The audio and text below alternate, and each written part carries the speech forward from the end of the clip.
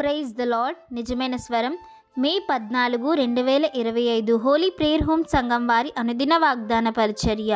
యెహోవాను అనుసరించుచు పూర్ణ హృదయముతో ఆయనను సేవించుడి. మొదటి సమూయేలు గ్రంథము 12వ అధ్యాయము 20వ వచనము.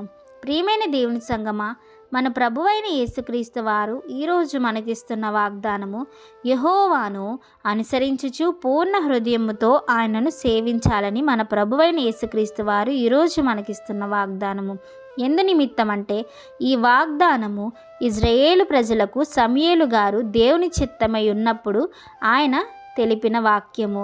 ఎందు నిమిత్తం అంటే ఇజ్రాయేలు ప్రజలు దేవుని దృష్టికి కీడు చేసిన వారుగా ఉన్నారు.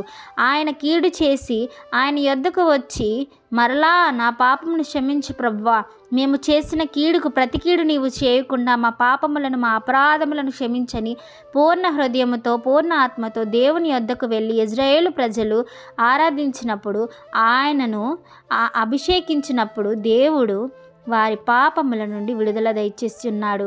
వారు చేసే ప్రతి ఒక్క కీడు నుంచి విడుదల దయచేసి ఉన్నాడు. కనుక ప్రియమైన దేవుని సంగమా, ఆనాడు ఇజ్రాయేలు ప్రజల పట్ల దేవుడు చేసిన గొప్ప కార్యములు ఈనాడు మనకును చేయడానికి సిద్ధముగా ఉన్నాడు. ఇగో ఇప్పుడైనాను, ఈ రోజైనాను దేవుని యొద్దకు వచ్చి నువ్వు చేసిన పాపం ఒప్పుకో, నీవు చేసిన ప్రతి కీడును దేవుని యొద్ద విడిచిపెట్టు. అప్పుడు ఆయన నీకు మెండైన దీవెనలు ఆశీర్వాదాలు కుమ్మరించడానికి సిద్ధముగా ఉన్నాడు. ఆయన పూర్ణ హృదయముతో ఆత్మతో సేవించాలని వాక్యం సెలవిస్తుంది.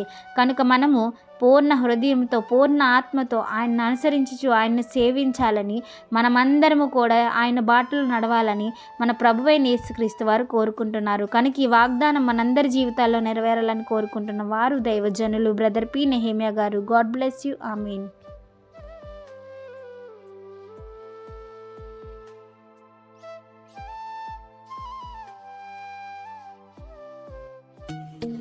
Hi friends, holy prayer home Gajuwaka సంఘం వారు మాట్లాడిన విలువైన దేవుని సందేశములను మీరు వినటానికి మా యొక్క యూట్యూబ్ ఛానల్ హోలీ ప్రేయర్ హోమ్ను సబ్స్క్రైబ్ చేసుకొని పక్కనున్న బెల్ ఐకాన్ క్లిక్ చేయగలరు.